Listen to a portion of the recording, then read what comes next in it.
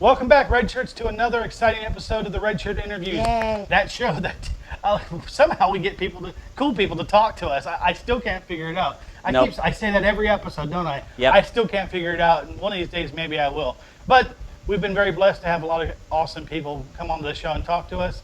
I'm Lance D, the pseudo Kiwi, And I'm the illustrious Patrick M. and joining us on this episode is a guest that we had on one of our previous podcasts. If I recall correctly, that was a really interesting discussion as well at the time. We have with us John Mangus. Welcome, John. Thanks for being on the show again, mate. Hey, thank you very much for having me. Nice. Always good to talk to a former Kiwi there in Lars. Yeah, the somewhat expatriate, I call myself, or the pseudo Kiwi, as most people know me as. So, John, last time we talked to you, I interviewed you for the Red Shirt Geeks podcast, and that was when you were doing Geekonomicon. And since then, you've been kind of busy with a few projects, and we wanted to have you back on and let you talk about a few things that you've been working on. We've got one of the biggest ones that's on your plate was Jurassic World, and you talked about that a little bit on the last one. So we're really excited to hear about what you have to say now that the movie's actually out. We also have you were involved in the Astronauts Wives Clubs.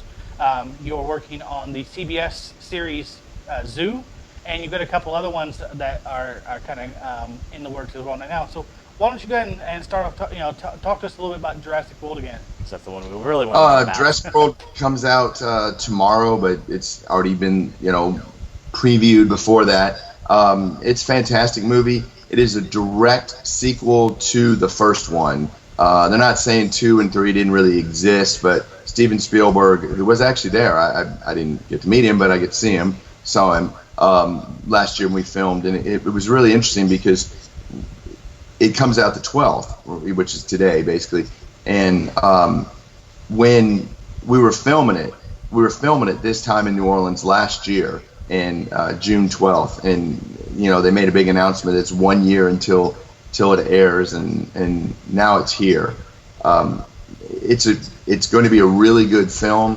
One of the most interesting things about it was it was difficult to film in Louisiana. This time of year in Louisiana, and we get a lot of storms, a lot of rain, and man, we had this huge tent when they had 600 extras, not counting crew or whatever. This massive tent that was set up and air conditioned and everything, and we had a storm blow in, and it was so bad that it started snapping the guy wires that held this tent together. And then they realized that this is really bad, and they wanted to, I guess, mitigate liability. They wanted to get us out of the tent, and so they sent us back to our cars and vehicles. I mean, they didn't even want Chris Pratt or whatever in a trailer, and it was this mad scramble to, go sit in our vehicles because they figured that would be the safest place. And, we dealt with rain and everything, but, Isla Nublar, that's probably what it is. It's a tropical island. And to be a part of it, to have a small part to work with Chris Pratt's team and as a Louisianian now, to know that we're doing those projects in Louisiana is amazing. So I just can't wait, and I hope your audience enjoys it. You'll see me. I'm on Chris Pratt's team, the Jurassic World Rangers. You will see me with him when we the pterodactyls, I think they're called paradons or whatever, when they actually attack. Okay. So yeah. We're planning a viewing of the movie either this week or next week. So we're looking forward to. Like I said, the last time I spoke to you, when Patrick was editing the podcast, I said to him, "Look, this is going to be really cool." So you're telling us some fantastic stories about the production and everything, and just how much people, or how little people realize that the sets themselves, a lot of them were huge practical sets. They weren't just a whole ton of CG. Absolutely. When you see when the dinosaurs will fly over and attack, the only thing that's going to be CG is, I mean, like even the railings that are the electrified fence that you're familiar with, from Jurassic Park, those are real. The green screens are back from that about 8 feet. And the only thing that isn't real were dinosaurs, of course. But they did have some motion capture. Martin Kliga did one of the motion captures, the head of one of the dinosaurs, or him from the Pirates movies and a bunch of other things. And the actual were the tubes that for the monorail system, and that's it. It was easy, to act with that. I mean, and the green screens were huge, so they'd put little X's, and you knew where your eye line was, and but it was amazing. Very practical effects, and I like to see that Hollywood's getting back to some of that. Yeah, a lot of what we see now. I mean, there's actually been a lot of exposition on how Hollywood is getting away from digitizing everything. Everything, yeah. And actually, I read an article just recently about how Jurassic World stepped away from a large amount of CG and went as practical as possible, because the more CG we use, the closer we get to that dipping into the uncanny valley, and things just becoming completely unbelievable, because they're just not. Your eyes can see it, but it can't believe it, because there's no way that your brain can process that it actually exists, as opposed to seeing an actual structure and knowing that really exists, that is a place that somebody can exist in, and it's not just a green screen with digital artwork superimposed on it. And they absolutely exist. The gift shop was full of Jurassic Park, but toys and all that. You then had the Jurassic World ones out, and we got our pictures taken for action figures. Who knows if that's going to come out? All they've put out so far is the dinosaurs. But I mean, if you went theoretically offset, you're still on set into these stores, the gift shops and all. I mean, they look real. I mean, they had real Oakleys and real Ray-Bans in the sunglass cases. They brought in Jimmy Buffett for the Margaritaville. I mean, wow. It's amazing. I'm very, very impressed with that. And you talked about getting away from digitizing everything. I can give you 2 real world examples of that real quick. Number one, Monday, I was brought in to be a double for Matthew McConaughey on the movie Free State of Jones, with my teaching background, history background, to do quill ink pen writing with a feather quill. And so they brought me in, and the whole costume and make up my hands and all. I'm supposed to be. It's just, if you know anything about Free State of Jones, it's supposed to be it's based on a true story. It's set during the Civil War. Okay. And my hands really weren't a good match for him, and he really wanted to do it. So I just suggested to production, the AD. I said, look, I'll teach him. Give me 15 minutes. I can teach Matt how to do this. And they're like, I don't think so. And I'm like, no, just go ask him. So, we sat down, we had about 15 minutes. I showed him, and then 8 hours later, I finally get to, get in there for the actual scene, because I had to finish this one scene, and it was really fun. We got to do that, and it took him a few takes and all, and it was funny because when he was doing it, and there'd be a little bit of ink splot or whatever, they were like, we can clean this up in visual effects. And his opinion was, then if you're going to do that, then why am I doing this? Let's do this right. And that was awesome. I mean, they could have done a digitized version of that, and they didn't. And they tried to be historically accurate as well, because when they showed me what they wanted me to do, which was more like wedding, invitation calligraphy, and I told him, look, he's writing in a Bible, his son's birth. It would not look like that. Historically it wouldn't. And so it was good that they got it right, and he got to do it, and that's really going to be his hands, What's even more, more amazing than the fact that he did it himself was the fact that not only were you there to act as his double just to do that, you recognized that, hey, my hands aren't the same as his. People aren't going to believe that when they see it. They're going to think continuity error.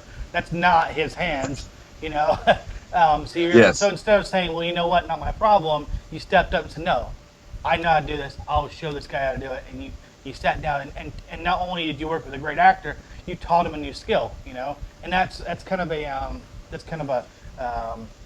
bond in some way that you make with somebody that, from here on out, next time he goes to do something, if he needs to have a spot where he's writing something and he can't do it, he's going to think, you know, this guy was brilliant. He taught me how to do this, and Calligrapher to the stars. that's right. Oddly enough, my But first wife was a very talented calligrapher for the New Zealand government, and I've wow. seen some of the beautiful handwriting that gets done with these things. So, yeah, like I said, it wasn't just the fact that you were there to do a job. You recognized something and helped one of your fellow actors learn a new skill, which that's pretty amazing. And that dovetails on what I've done before. I told you one of my first sets I was on, I picked up chairs and stacked them back and everything on the tomb, which became Escape Plan. If I can help out, I want the project to work and whatever it takes. You talked about you feel fortunate to talk to people that are supposedly successful. When I was there, because that originally was a double, so you get a trailer and you get your cast chair and all that. I'm in my cast chair, which not my name on it, but cast. Right. Which when I was first an extra, if you ever sat in one of those chairs, you were instantly fired. So I'm in my chair, and I notice when I'm sitting in the chair, and the other times I have sat in them before, no one talks to you. They might come up to you every once in a while and ask you if you need something, but no one talks to you because, Because they're afraid. Yeah, it's surreal. You've got 100. I mean, this is a little much more close set, but probably 45, 50 people roaming all around in the studio, and it's like you're not there. Yeah. It's not even excuse me. They're just. You're not there. It felt like Patrick Swayze in Ghost or something, and that's just surreal. Because I'm still going to be me no matter Right. who I am. And Matt McConaughey was the same way. We made jokes when he made his first mistake. I'm like, and people don't get my humor sometimes, but I'm like, do we have any liquid parchment? And it took him like about 30 seconds, and then they're laughing, and then and the director of that was so funny. Gary Jones, director of that, he sounds like Patton Oswalt. So I'm hearing him off stage talking, and he's like, trying to talk up, and, coach up Matt, and it was so funny because he's I'm like, oh my God, he sounds like Patton Oswalt, and How do you take this guy trying seriously? to be serious. And Matt was funny because he really listened when I had told him about I break into geekdom again, the type of feathers that they were using. They really would have had probably a metal nib on it, but at this time period, maybe they're poor, they wouldn't have that. The prop master did a great job, but he gave us turkey feathers. Well, in the South, turkeys really weren't. It wasn't a big thing. They weren't raised at that time period. Most likely, if you had a quill nib feather, it would have been, a peacock. And it's just something you say in passing. And so when Matt makes another mistake, he's like, if I had a historically accurate peacock feather, this wouldn't be happening. And no one but him and I knew what that was. Right. No one. Right. I mean, because he's from the South himself, right? Right. He's from Texas, yeah, but he lives in Louisiana now, yeah. So let me ask you. I mean, and in no way, shape, or form taking away from your own experiences, but what was it like to, you hear people talk about what it's like to work with A-list celebrities and things like that, and movie stars and such like that. What was it like to actually work with him? I mean, was he as nice as he portrays himself on screen? Because I've seen people who play really nice people on screen, and off screen are kind of aloof or can be rude, or just don't really care about people talking to them. They don't have that kind of connection. What was it like being able to work with him? He's normal. and that's maybe one of the best compliments I can give. Is he really nice? No, because that would look, fake. He's not harsh. He's not aloof. He's just normal. It was like talking with you and I.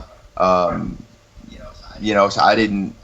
After 5 minutes, I didn't feel like I needed to, guard my words or anything like that. And so that's what I enjoyed. Pretty down to earth. And by the time we shot that scene, he had been on set and in character since 6 a.m, and this was 9:30 at night. So for him to still crack a joke and want to get the scene, and the director asked him. He said, "Look, we can do this another day or whatever, and if you can't get this, and he's like, no, I can get it." And they looked at me and I said, "Oh, he can get it. It's fine. We'll get this." And he did. So it's going to look good. I'm looking forward to seeing that. And then the other comment I had about realism on Zoo, which is a CBS show that's coming out. I shot episode 12 last night. It involves, now I probably get in trouble for this, but involves leopard. Hopefully nobody will hear this. They, instead of CGI in the leopard, which will be, but what they did, and you can't put a motion capture suit on that and make it real, they actually brought in 2 live leopards. And now they got us out of there, and thank goodness, because leopards that you see in the zoo and and they're in the enclosed cage with this, so they can't jump out and all, and you're 20 feet away from them, not that intimidating. When you see an actual 200-pound leopard that looks at you like, just between you and me, if there's any shot that I have to get over there and eat you, I'm going to do that. Just I'm a predator. It's what I do. And I mean, I had this moment where I'm looking in the face of this leopard, and it was amazing. So I was okay actually with us being off that I would be happy too. I'm like, that's fine. We'll just be over here. Not going to be lunch today. Yeah, the leopard was scary. And they filmed the leopard, and the leopards in all different ways. And then they went and they marked the CGI area, because I'm one of the special forces guys that actually, uses the tranquilizer gun and threat neutralizes in my line, and as we come in with a flashbang and do all that, and it was neat because now they're gonna be able to put that leopard in there, and when it's laid out and all, they've got image of the leopard, and they can put it in there, and they can put it in the computer, and it's going to look real. It was just trying to make sure that nobody walked over the CGI leopard. Right. Like Han walking over, the Jabba's tail, or when they had the special edition. Yeah. Well, I mean, it's really interesting. You talk about. I mean, you're in this particular case, the show's creators and the people behind making all this stuff happen. They're like, let's bring this in so that we can because as you say, a lot of times you can go ahead and you can see you can work a lot better when you can see something with your eyes than trying to imagine it. I mean, even something as silly as when they were doing Star Wars Episode 1, they had the actor with Jar Jar's head up where Ahmed Best, Ahmed Best, where they had his head up where Jar Jar's head would be, so that when they're looking at him, it makes it look a lot more realistic. Unfortunately, we replaced that with Jar Jar Binks, but that's beside the point. Yeah. That was yeah. Well, I mean, kids love Jar Jar, and the movie's about kids. I mean, kids don't love Jar Jar. We can argue about the prequels and all, but let's be honest, if the prequels weren't successful, we wouldn't have 7 today. Yeah. And it's a good transition to what I just did last weekend. Last weekend, I'm a member, if your audience knows, a member of the 501st and Rebel Legion, and I have to really give a lot of credit to those organizations. That's kind of how I got discovered, even though I worked in radio for years and did theater. I won an audition for Lucasfilm to be just to rehash this. Um, Darth Maul for the Episode 1 premiere in 3D out in Los Angeles. And so the 501st, if I can, whatever I can do for them, I'm going to do that for charity, for other issues. So I got to march in Star Wars weekends, parades last weekend, and 6th, 7th, and 8th, I think it was, or 5th, 6th, 7th, whatever, in Orlando at the Hollywood Studios, and it was just an amazing experience. The Florida Garrison, Lance Tompkins, the commander of Florida Garrison, just a wonderful guy, wonderful organization.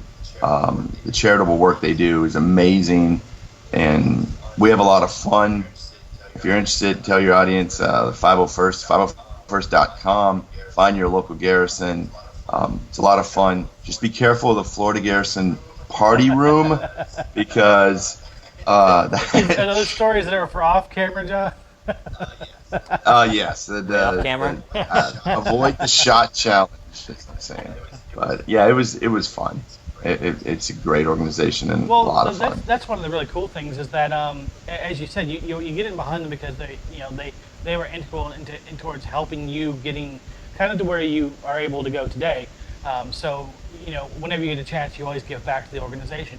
But that is this is actually kind of it ties into a conversation that we had with another guest a couple episodes ago by the name of Kat Sky, and she is kind of behind this movement, which we've kind of gotten by a little bit as well. It's called Trekkers Against Bullying, and the part of that where we're coming from is that at one point it used to be like being a Star Wars fan or being a Star Trek fan or being a sci-fi fan or being somebody who was a geek of any kind was a stigma.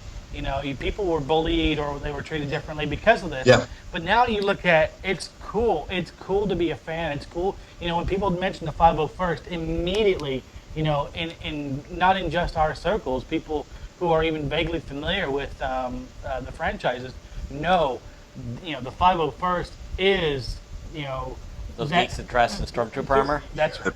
Premier, they are the go-to group, Yeah. and they use that. They leverage that to allow them to do some really cool things. And in fact, we're going to be at Gen Con in Indianapolis in I think 5 or 6 weeks. At the end of July. Mm-hmm. And the 501st typically provide backup support. Gen Con, is that the one up in Wisconsin? Yeah, Indianapolis. Yeah, Indianapolis, okay. It's the largest gaming. Yeah, that was back in the day when TSR and all that, and Gary Gygax and D&D, and I played all that. Gen Con was always really big with that. They're still going strong. In fact, our friends with Dead Gentleman Productions, the guys behind the Gamers franchise, are going to be there, and that's it's primarily. We're going to go because we're gamers, but at the same time, it's our opportunity to meet with these guys. And like I said, the 501st often make an appearance there, just if nothing else for the fans, but also kind of in a way doing a little bit of backup security and such. People aren't so keen to go and mess with somebody in stormtrooper armor. No, they won't. And especially when I've done Darth Maul several times. You look menacing. You look menacing in that get up, and I just thought to myself, I would not want to walk in and would catch up with that guy in a back alley at night. It's really fun, and I have never been heckled. No one ever heckles Darth Maul. It's just never happens. Because you're not Anakin. And it's. I did a funny, real quick story. I did a panel, and they asked me to sit in on, and I'm in Darth Maul. It was at CoastCon in Biloxi a couple years back, and it was the fashion of Star Wars. How it inspired fashion and some of the materials and all. So they asked me if I would participate in it, and I came in there as Darth Maul, and people are taking pictures and they're all excited. It's a pretty big panel, and so not to offend anybody, but when they introduced me, and I proceeded to talk in a very effeminate voice, and I told them Thank you very much for having me. I'm very excited. It starts fall. And you should have seen the face. You're laughing. You should have seen the faces of everyone. They're like, Yeah. you know, in fact, I saw a couple people in the back row were starting to get up. I'm like, no, hey, I'm just having fun, not offending anybody. And But still, fashion. you kind of hammed it up a bit. Oh yeah, it was great, and that with Mariah Lambs that was her panel, and Brian Held Jr., 501st members, and Mariah's also she was an extra in Jurassic World and just getting over cancer. I had her bone marrow transplant, and I wanted to send a throw out to her, Mariah Lambs. So it's amazing that 501st could help, and Jurassic World really helped as well. Colin Tremore sent her pre-production pictures and posters for her to be able to sell on an online auction to help finance her, and I mean it's just great. These people are really good people. I told you last time, I really don't have a lot of negative experiences to talk about, in Hollywood, but I'm kind of a positive person. I find often, and that's just how I am. If you are relatively open and positive, you get it. You tend to get a lot of that back. You kind of reap what you sow, so to speak. And and you said, you've been working on, since we last spoke to you, worked on some great projects. We're actually looking forward to seeing Zoo. I believe that comes out June 30th is when the first episode premieres for that on CBS. Cool. Yeah, is it the 20th or 30th? I'd have to check. I'm not to the 12th episode, so it's a good while. Since we last talked, I did I think it was the second to last episode of NCIS, and then I did an earlier episode of NCIS, and they were wonderful. In New Orleans NCIS, they were wonderful because I had a little minor speaking part that was cut out for the Halloween episode, and they explained it to me. So since they had seen me so well, they didn't want to have me as a different character, and you would see me really well. So you don't see me well, but they let me do the line off camera, So I mean, there's some good people, that was nice of them, and I have to say thank you to CBS for that, and this Zoo is also CBS. So and you're also involved in the Astronaut Wives Club as well. That's ABC, yeah, Astronaut Wives Club, and you never know what iteration, how it's going to come out, but it looks like a really fun project. I love period pieces and all the clothing. If you know anything about Astronaut Wives Clubs, it was a book, and it's about the wives of the astronauts, obviously, and that drama.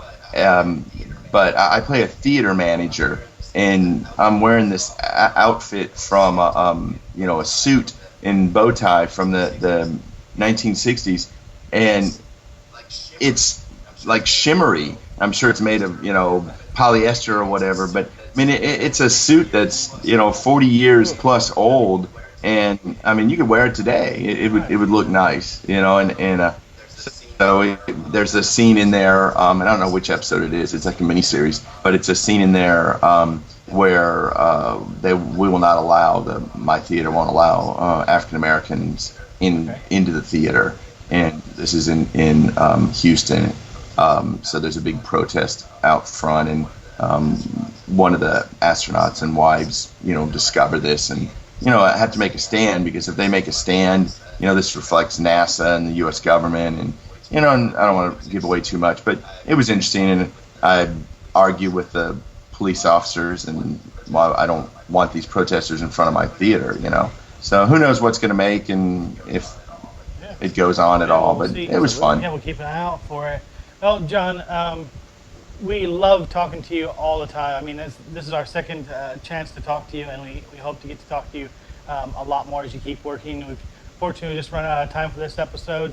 So we'd like to thank you very much for joining us today here on the Red Shirt Interviews. And again, we look forward to talking to you again. Thank you very much. If I can give one quick plug, Bayou Con, June 20th in Lake Charles, Louisiana. I'll be there signing Jurassic World and anything else. So June 20th, in Lake Charles, Louisiana. That's my next con that I'll be at. Okay. And thank you very much, Peter and Lars. Thank you very much, Peter and Lars. And I'm looking forward to seeing you. Not a problem, John. And everybody, remember that. I'm looking at every last one of you right now. Remember BayouCon. Get down there and check it out. All right. This has been the Red Shirt Interviews. I'm Laz D, the pseudo Kiwi. And I'm the illustrious Patrick M. Be sure to check us out online at redshirtgeeks.tv, on Twitter, Yeah, at Red Shirt Geeks, and also on Facebook. at Red Shirt Geeks. All right, folks, take it easy.